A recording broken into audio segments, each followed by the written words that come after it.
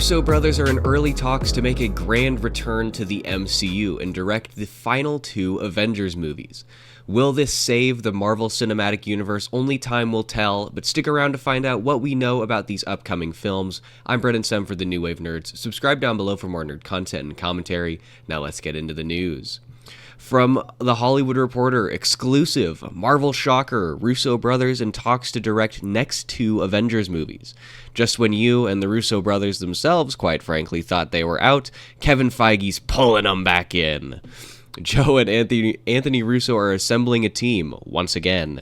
The Russo Brothers are in early talks to return to Marvel Studios to direct not just one, but the next two Avengers movies, sources tell The Hollywood Reporter. The hiring ends a month-long high-stakes search by the studio for filmmakers to oversee the fifth and sixth Avengers movies. Multiple names were in contention, including Deadpool and Wolverine director Shawn Levy, who was offered the gig. Sources say these talks are still in early stages. Now, I gotta say, this is definitely something that I would necessarily be in favor of. Outside the MCU, I'm not a huge fan of the Russo brothers' work, but within the MCU, they've made some of my favorite movies, right? I mean, we just talked about last week when we did our segment on Captain America Brave New World. We just talked about how Captain America Winter Soldier is one of my favorite MCU movies. It's constantly battling with Captain America Civil War and with Avengers Endgame, both of which were also directed by the Russo brothers. So clearly with me, these guys have a lot of cred. They've got the chops for sure. They can really make a really interesting Avengers movie. They can make an interesting superhero movie. And outside of that, it is evident to me that these two directors have a knack for dealing with ensemble casts. Right, obviously, Captain America Winter Soldier is not exactly, it's not as much of an ensemble. There's only a few characters. But when we get into Civil War, and especially when we get into Endgame and Infinity War, it's clear to me that these directors, these two people, understand how to make a movie that has 1,000,001 main characters and how to make them all feel like they have their light, they have their time in the sun, how to make them feel like they all matter to the story and they all play a role, even if that role isn't necessarily as big as some of the other characters, right? When we're talking about Civil War, not everybody in that movie can have as big a role as Steve Rogers and Bucky and as Tony Stark, right? That's just not, it's just impossible. The story is about these three characters. It's about the relationships between them and what happens, right? So not everybody can have as much screen time. And even so, I still feel like the more secondary characters received a lot, right? I mean, we take a look at Black Panther, at Spider-Man, at Winter Soldier, at Sam Wilson's Falcon. These are all characters who did play outsized roles in the film itself while not having the film center around them, right? These are all characters who, their introduction or their inclusion, it felt like it made sense and it furthered the story, and they got, like I said, they got their time in the sun, they got their screen time, and they were integral to the story, right? This wasn't just a movie where we throw in a bunch of cameos just for cameos' sake. It's not like we just threw in these characters to make them be there. They had a role to play. The only character who I felt was underutilized was Ant-Man, Paul Rudd's Ant-Man, Scott Lang. I didn't feel like he was necessarily as involved as all of the other characters, and even so, he does play a role and he does matter. He plays an outsized, pardon the pun, that was unnecessary, an outsized role in helping Steve Rogers and Bucky escape so that they can further the story and ultimately, save the day. Sure, at the end of the film, the Avengers are disassembled, but Baron Zemo is stopped in the immediate, right? The conflict is quote unquote resolved. It's not resolved perfectly. It's not back to a happy-go-lucky universe. Things have been irrevocably changed, and for the worse. And yet, even so, the ultimate, the truth is revealed. We understand that Bucky wasn't the person who bombed the UN. He is not the man who took the life of T'Chaka, that Black Panther's father. And again, Ant-Man, despite having a minimal role in the rest of the movie, is still integral in this one story aspect in that he furthers it all forward. And then we get further into Infinity War and Endgame, right? And these are massive ensemble movies. Well, I guess Endgame isn't necessarily a massive ensemble until the end. In the beginning, it's still fairly limited. But these are movies that center around groups and what happens in these groups. And I feel like every character, and especially Infinity War, the Russos just do such an amazing job of making them all feel important in the story. And so, to me at least, it is good to hear that they will potentially be taking over for these, based off of that and their run, in my personal opinion. It makes me a little hopeful to hear that they may be taking the reins back, because it feels like these movies are going to be massive in scale and scope, right? There have been reports that Secret Wars is going to include over 60 different characters. 60 different characters will be reprising their role. And that's a little daunting, right? That's daunting. How many of those characters are just going to get shoved to the side? How many of those characters are going to be there for a face and to be in the battle, but aren't going to have any impact in the story? I think that's a necessary or a reasonable worry to have. But I think the Russo brothers are equipped to take care of that in the best way. I think ultimately, with that many characters, people are going to get shoved aside. Like, that's just going to happen. Not everybody can have all of the screen time. But I think with the Russos, we have a better chance than with anyone else that the story isn't just going to center on, 4 people. It feels like we've got a better chance of it encompassing a larger amount of these heroes and making them feel actually important in the story. And I think it's good that the MCU is sort of returning a little bit to the heights of its Infinity Saga, right? That was obviously the best time period so far. Those first 3 phases were truly something special.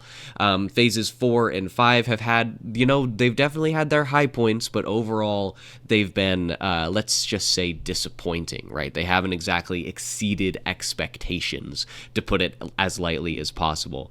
And so I hope that bringing back the previous directors is more than just, like a PR move to say that we're going back to the Infinity Saga. I hope that it also means that quality-wise and story-wise, we're going to be returning to a better time. I think, hopefully, thematically, this is going to have an impact on the broader MCU moving forward. I hope so. I hope that we're going to return a little bit to form, and we're not going to continue to just spiral down.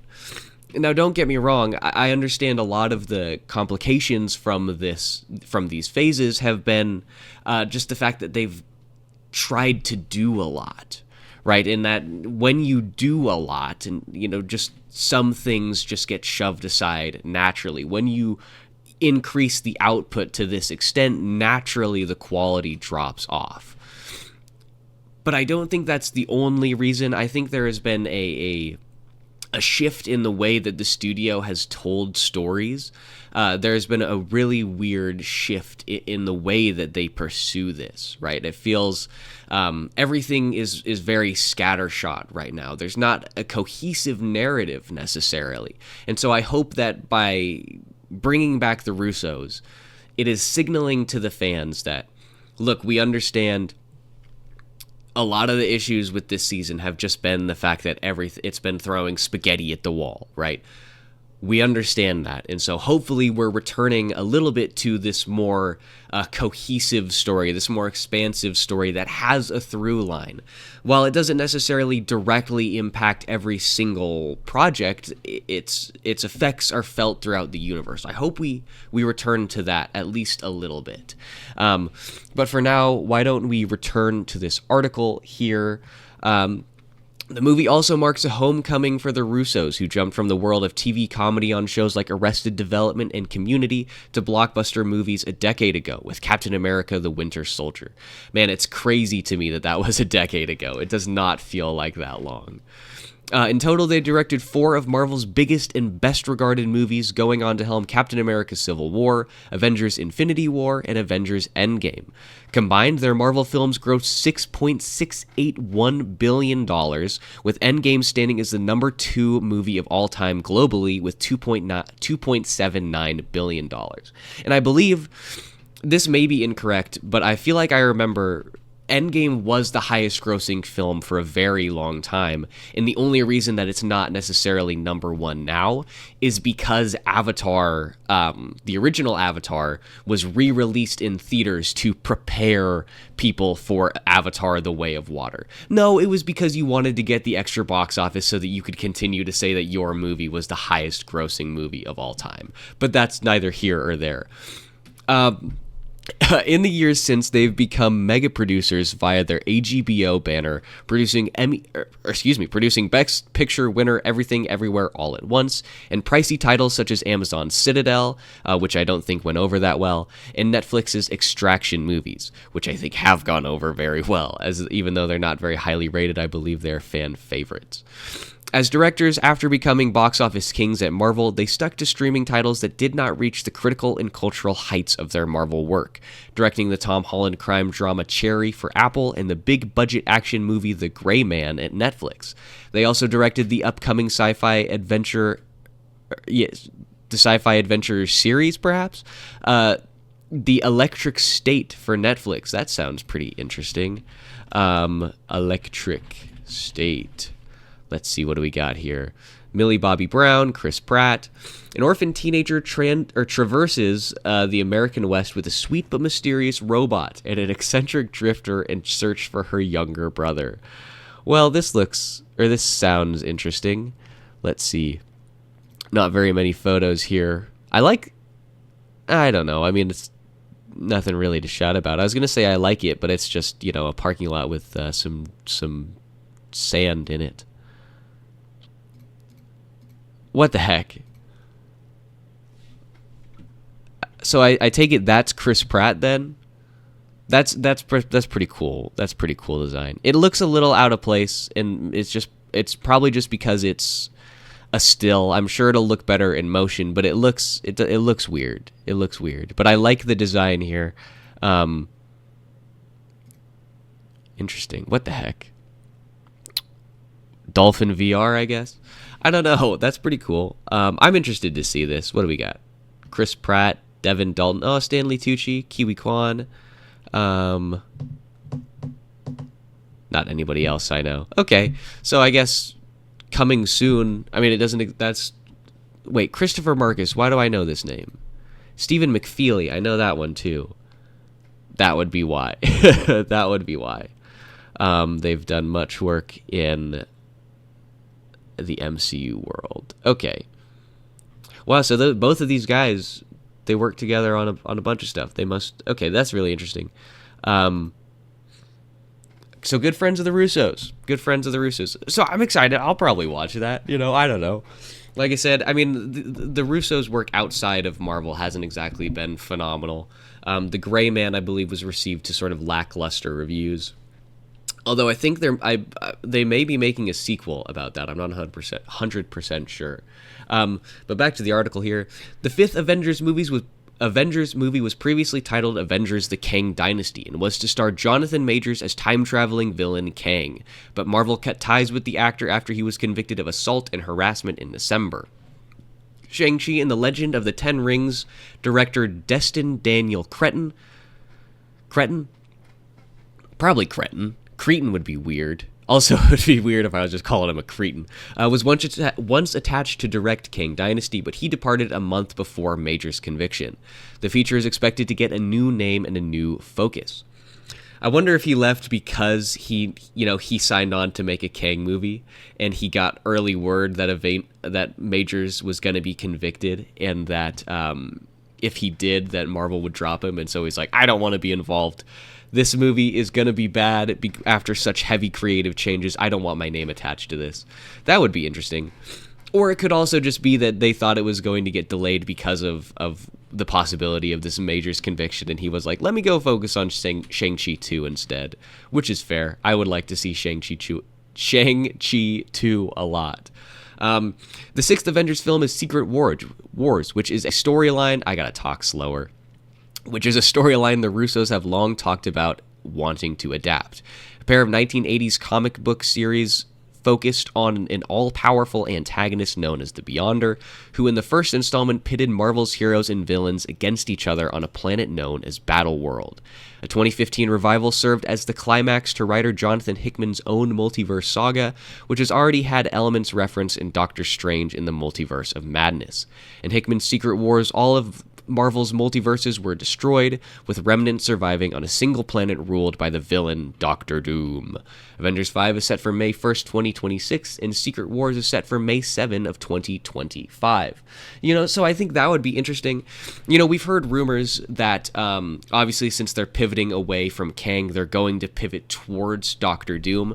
So I think it would be really interesting if these movies were to act as pairs, a la Avengers Infinity War and Endgame, such that the stories lead into each other very directly. Maybe we get direct adaptations of that pair of Secret Wars comics, where we get the Beyonder as the villain, the antagonist in the first one, and we set up Doctor Doom to be the villain in the second one. That would be interesting. Like the article mentions, it's something that the Russos have definitely talked about for a long time.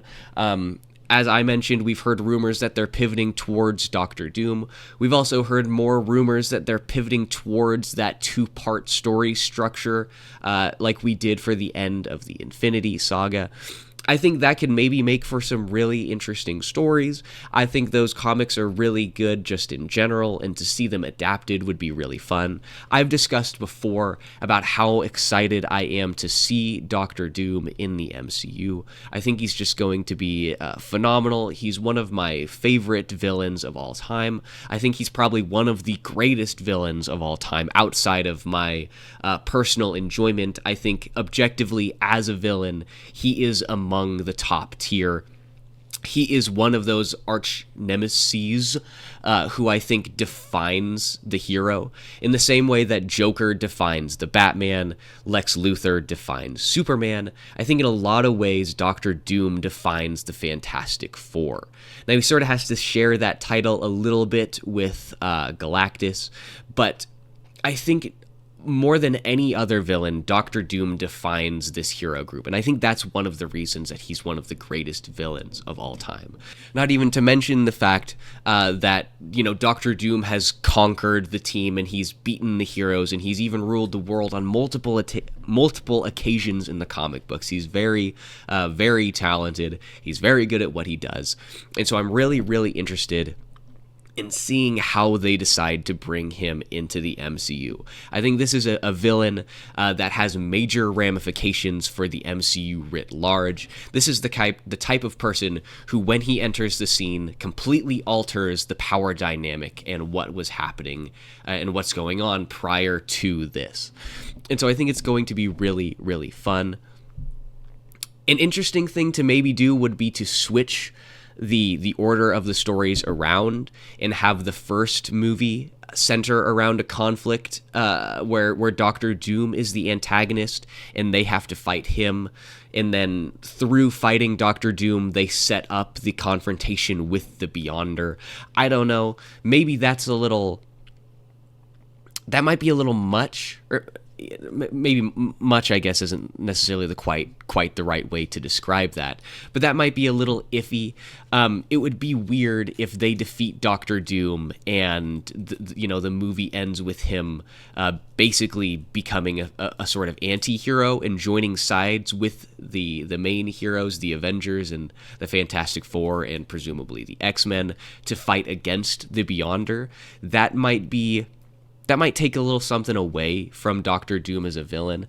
I think the better way to do it would be the way to follow the comic arc in the story. In the first movie, we face the Beyonder, and that sets all of Battleworld in this, chaos state wherein Doctor Doom is allowed to fill the void and become this murder murderous villain who seeks to, exert his will over what remains of Battleworld. I think that tells you much more about the character of Doctor Doom than it does on the other side, if you switch the stories.